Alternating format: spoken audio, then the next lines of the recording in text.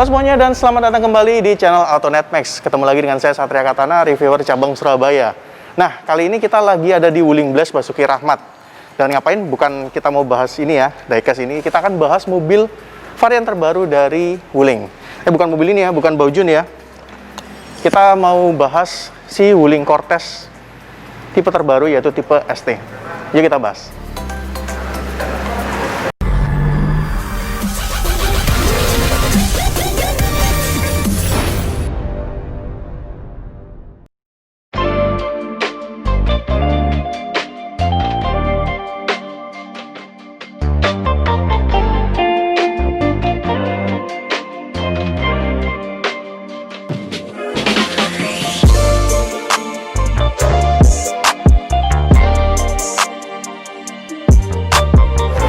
Oke, jadi kita akan bahas si Wuling Cortez tipe ST atau tipe S lah lebih tepatnya ya. Ini adalah varian paling baru dari Wuling Cortez. Tapi sebelum itu kita lepas masker dulu. Tapi tenang aja, seperti biasa. Ya walaupun ini PSBB sudah berakhir ya, tapi kita tetap jaga kesehatan, jaga jarak sosial dan juga kita sebisa mungkin menjaga diri ya dan kesehatan kita. Oke, nah kita akan bahas si Wuling Cortez ini dan kalau kalian notice sebenarnya Cortez itu adalah salah satu Wuling yang paling banyak banget dibahas di AutoNet Max. Mulai dari yang versi 18 AMT, lalu ada di 15NA. Cortez CT pun kita syutingnya 2 kali ya. Yang pertama di Sentul, yang kedua itu waktu kita komparasi. Kalau kalian mau nonton bisa cek link di bawah ya. Nah, lalu apa yang berbeda dibandingkan dengan Cortez-Cortez yang lain, si Cortez tipe S ini? Kita akan bahas perbedaannya apa aja, tapi yang jelas Cortez ini adalah, tipe S ini adalah yang paling murah dari tipe-tipe Cortez yang lainnya. Dan ini varian paling baru. Harganya berapa? Kita bahas di akhir ya. Kita bahas perbedaannya dulu.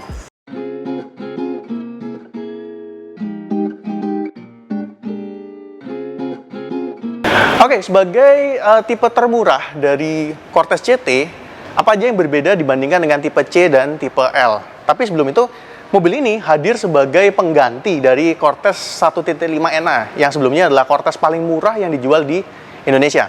Lalu bedanya apa aja kalau dibandingkan tipe C dan tipe L? Pertama kita lihat dari grill ini ya. Walaupun dia pakai warna black glossy yang sama seperti di tipe-tipe di atasnya, tapi ornamen yang ini warnanya silver dan silvernya ini agak sedikit glowing ya, glossy gitu ya.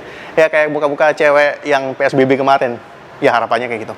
Nah, selain itu perbedaannya adalah di fog lamp. Nggak ada nih fog lampnya. Kalau dibandingkan dengan tipe C itu ada, tipe L apalagi pasti ada. Tapi di RL dia masih tetap sama ada. Selain itu dia pakai wiper, itu yang model biasa, bukan frameless ya, nggak kayak tipe C dan tipe L. Lampunya masih sama dengan tipe C, dia pakai proyektor. Dan bedanya yang lain adalah ada di bawah kap mesinnya ini, dia nggak ada cover kap mesinnya ya, peredamnya nggak ada. Dan cover mesinnya juga nggak ada. Beda yang lain kita lihat di sisi sampingnya. Oke, sebelum kita bahas sisi sampingnya, ada yang menarik nih, di bagian depan, di kaca depan ini dia ada slot gitu ya, yang nunjukin nomor VIN-nya mobil ini. Oke, di bagian samping itu ada beberapa perbedaan dan yang pasti langsung kelihatan adalah velgnya. Kalau dibandingkan dengan tipe C dan tipe L yang udah dual tone, ya ini dia masih single tone ya, warna silver gitu. Dan ini sebenarnya desain velg yang digunakan oleh Cortez 1.5NA. Ya memang ini penggantinya sih, jadi ya masuk akal aja. Ringnya 16 dan dia pakai bannya Goodyear Assurance. Dan dia sudah cakram juga di depan dan di belakang. Selain itu bedanya ada di spionnya ya. Dimana spionnya ini nggak electric retract ya, jadi kudu ditutup langsung. Secara langsung ya.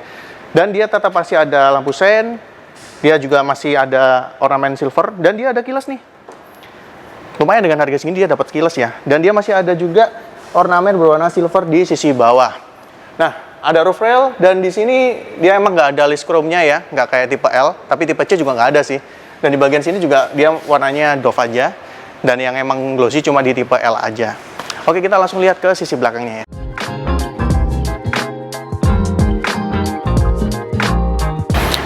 Oke, di bagian belakang ini ubahannya termasuk minim ya, nggak terlalu banyak berubah, tapi yang pertama kelihatan adalah nggak ada sensor parkir. Kalau di tipe C sama L itu sensor parkirnya 4 titik ya, jadi ini sensor parkir jeduk ya, kalau jeduk baru berhenti. Selain itu adalah di antenanya, dia nggak pakai model shark fin, dia pakai model short pull, tapi at least masih ada high mount stop lamp dan rail spoiler, masih ada wiper belakang, dan kita dapat si kamera mundur, dan masih ada ornamen warna silver dan knalpot yang ngumpet di bawah. Lampunya dia sama persis dengan tipe C, jadi yang LED cuma buat lampu sen aja, yang lain masih halogen. Dan dia masih ada lampu di sisi bawah. Selain itu di bagasinya di belakang dia masih ada tombol yang dedicated khusus buat buka si pintu bagasi ini. Kalau kita tekan lama, dia akan ngebuka. Dan tinggal diangkat aja ya. Gini. Kita lihat ke interiornya ya. Oke, kita bahas interior dari si Wuling Cortez CT tipe S. Bedanya apa aja? Di bagian ini sebenarnya bedanya cukup banyak banget ya. Pertama yang langsung kerasa adalah ini nggak ada soft touch, di atas juga nggak ada soft touch. Dan dia pattern di door trim dan juga di dashboardnya ini sama dengan tipe C ya. Tapi at least di bagian yang sering kita tersentuh tangan ya, di sini dan di bagian sini itu sudah soft touch dan jahitannya jahitan asli. Nah, sedangkan di door handle-nya dia pakai warna brush aluminium gitu ya, silver gitu, warnanya satin gitu. Di sebelah kanan dia nggak ada tombol ESC, jadi mobil ini nggak ada ESC-nya, nggak seperti tipe C dan juga tipe L. Sedangkan untuk speedometer, dia pakai model yang sama persis dengan tipe C. Jadi pakai MID yang ukurannya 3,5 inci. Setirnya, jangan harap setir kulit ya. Dan dia logonya Wuling silver gini. Tapi dia udah flat bottom dan ada ornamen warna aluminium, warna silver gini ya. Nah, dia ada audio steering switch yang mana cuma ada di tipe CVT. Sama seperti si keyless entry, dia pakai kunci ini ya. Start-stop buttonnya. Dan dia dapat audio model floating gini itu cuma ada di tipe CVT aja. Kalau manualnya nggak ada. Nah, di audionya ini, si sistem infotainmentnya ini nggak ada navigasi ya. Jadi kalau bagian sebelah kanan yang biasanya buat map card-nya, dia diisi dengan micro SD buat media ya, buat audio. Nah, dia pasti dapat jam analog ya, khas Wuling banget. Dan kalau kita nyalain lampu, dia lampunya nyala juga. AC, dia pakai model yang konvensional ya, nggak seperti tipe C dan L yang sudah digital, tapi at least dia pengatur arah semburannya cukup lengkap ke kaki dan juga ke atas dan juga ke front defogger, dan dia ada 4 speed. Di sisi tengah dia ada colokan aux dan juga USB. USB-nya ada 2 dan juga ada power outlet. Jadi kalau yang bingung sama gadgetnya nggak usah terlalu bermasalah ya. Terus transmisi dia ini pakai bentuk yang sebenarnya ini orang main sekitarnya ya, ini beda banget dengan tipe C dan tipe L. Kenapa? Karena nggak ada electronic parking brake. Jadi dia parking brake-nya masih mechanical ya. Dan efeknya ya cup holder-nya cuma satu dan juga nggak ada penutupnya di sisi tengah sini. Tapi dia masih ada eco mode, ada tombolnya eco ya di sini. Dan di sini ada dummy seperti shift lock ya, tapi ini nggak ada nih, ini kosong nih. Terus gimana kalau parkir paralel? Ya ntar kita ajarin caranya seperti apa ya. Dan di konsol tengah sini, konsol boxnya dia dilapis kulit dan ada jahitannya asli. Tapi kalau dibandingkan dengan tipe C dan tipe L, dia nggak ada pegas buat langsung buka ya gitu ya. Jadi kalau kita mau buka ya kudu diangkat full gini ya. Tapi lumayan buat jadi armrest ya, walaupun kurang maju dikit lah. Kalau bisa dimajuin mah enak ini. Dan dia pakai jok kulit ya di tipe yang kita bahas ini, karena kalau kita mau nambah jok kulit itu nambah sekitar 4 jutaan. Jadi kalau nggak mau jok fabric, tinggal nambah 4 jutaan, dari pabrik langsung dikasih jok kulit. Di atas sun visor-nya dia nggak ada kaca ya. Kacanya ada yang di sebelah sini. Lampu juga nggak ada. Spionnya dia juga model day and night view biasa. Dan ada lampu, masih halogen biasa, lampu kuning. Oke, ada tweeter. Dan ada speaker 4 biji di belakang. Nah, tadi di bagian si konsol tengahnya ini ada yang seperti shift lock gitu ya. Jadi harusnya kita bisa masukin kunci nih, karena ini posisi lubang kunci, tapi ini ternyata dummy ya. Lalu gimana caranya buat kita netralin si transmisinya ini waktu kita mau parkir paralel? Sebenarnya ada caranya, tapi kayaknya nggak terlalu di highlight juga ya. Kita akan coba praktekin gimana ya. Kita nyalain mesinnya. Oke, kondisi mesin udah nyala ya. Nah, karena dia pakai yang mechanical, jadi kalau masalah rem parkirnya nggak masalah ya, kita tinggal turunin gini ya. Nah, transmisinya gimana? Sebenarnya ada caranya, kita ngakalin sedikit ya. Jadi kalau mesin dimatiin, kita ada waktu sekitar 2 detik buat netralin si transmisi ini ya. Kita akan praktekin ya. Siap-siap matiin, siap-siap tangan di transmisi ya. Kita matiin, kita langsung oper. Nah, dia langsung ada di posisi netral. Jadi caranya tuh seperti itu. Tapi nggak banyak yang highlight ya. Jadi kalau kita mau balikin ke P juga bisa, tapi kalau kita mau balikin ke netral lagi ini udah nggak bisa.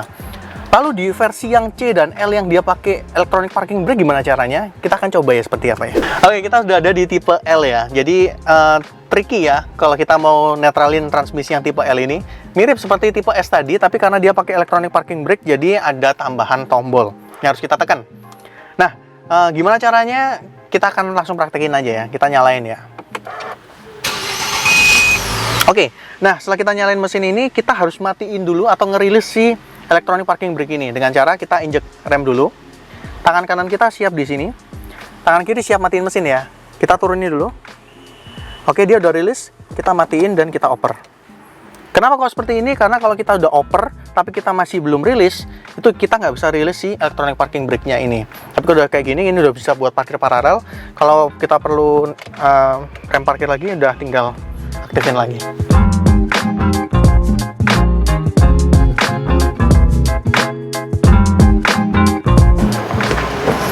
Oke, kita bahas bangku baris kedua dan sekalian bangku baris ketiga ya. Nah, dibandingkan dengan tipe C dan tipe L sebenarnya nggak terlalu banyak beda ya, atau mungkin malah nggak ada bedanya sebenarnya. Karena pertama, dia tetap pakai konfigurasi yang 3 orang ya, kecuali kalian beli yang tipe captain seat, nambah sekitar 4 jutaan. Jadi kalau kalian butuh yang captain seat ya beli yang captain seat, kalau enggak ya yang tipe seperti ini itu pun nggak apa-apa, nggak masalah. Nah, bedanya nggak ada bedanya ya. Dia masih ada hook sih di sini. Dia masih ada seat back pocket, controller AC-nya ada di sini, dan juga dia ada USB dan ada tempat penyimpanan. Sisanya sih sama aja. Dia AC-nya double blower-nya dari belakang ya. Dan ruang kakinya juga masih cukup lega, dan di belakang sini dia masih ada bahan soft touch-nya sama seperti di depan.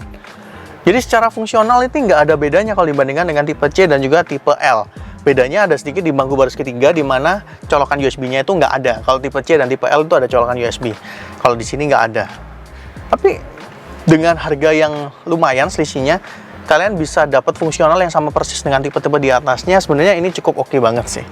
Oke, setelah membahas si Cortez CT tipe S ini, lalu apa kesimpulannya? Tapi sebelum kita ke kesimpulan, kita bahas dulu harga dari mobil ini. Seperti yang udah saya janjikan ya. Mobil ini dijual dari harga 216 jutaan rupiah untuk tipe S manual. Manualnya 6 percepatan ya. Jadi dengan harga 216-an untuk Surabaya nih, bukan Jakarta ya. Jakarta pasti lebih murah lagi. Sebenarnya cukup value deal juga ya. Kita dapat mesin turbo dan feature dan kelengkapan seperti yang sudah saya jelaskan. Nah, kalau kalian merasa butuh captain seat biar lebih mewah gitu ya, nambah 4 jutaan kalian sudah dapat captain seat. Nah, khusus untuk tipe CVT yang dijual di harga 232 jutaan di Surabaya, itu kalian juga bisa upgrade jok kulit selain captain seat ya. Jadi captain seat, jok kulit. Jadi kalau kalian mau beli yang tipe CVT dengan captain seat dan jok kulit, itu ada di angka 240 jutaan di Surabaya. Berapa harganya di Jakarta kita akan lampirkan di samping ya. Oke, lalu kesimpulannya apa mobil ini? Dengan harga segitu, kalau kalian punya budget yang segituan lah ya, mungkin kalian bisa dapatnya subcompact hatchback atau mungkin dapatnya low MPV. Di mobil ini dapatnya medium MPV dengan mesin turbo. Sebenarnya value deal banget. Tapi semuanya kembali kepada kalian dan kebutuhan kalian, apalagi kondisi rekening kalian. Kalau kalian punya kepingin medium MPV tapi budgetnya minim, budgetnya terbatas, bisa kalian pertimbangkan varian ini. Tapi kalau kalian ada dana lebih, mungkin mau tipe C, tipe L pun tergantung kepada kalian dan kebutuhan kalian. Kalau mau model lain pun itu juga kepada kebutuhan kalian. Jadi sah-sah aja ya, nggak usah berdebat atau apalagi sampai head speech gitu, nggak usah lah ya. Oke, jadi kesimpulannya adalah mobil ini salah satu yang value deal di kelasnya. Kayaknya itu aja ya dari AutoNet Max kali ini. Jangan lupa buat kalian bisa like video ini kalau kalian suka dan juga share kepada teman-teman kalian. Komen di kolom komentar di bawah, kita diskusi bareng juga oke-oke aja, nggak apa-apa. Dan juga buat kalian yang belum subscribe, boleh subscribe dan juga menyalakan lonceng notifikasi biar kalian dapat notifikasi kalau kita punya video terbaru. Dan juga mampir ke autonetmax.com dan juga akun Instagram kita di @autonetmax. Oke, itu aja di kesempatan kali ini. Sampai ketemu di kesempatan yang lainnya. Saya Satria Katana. Bye-bye.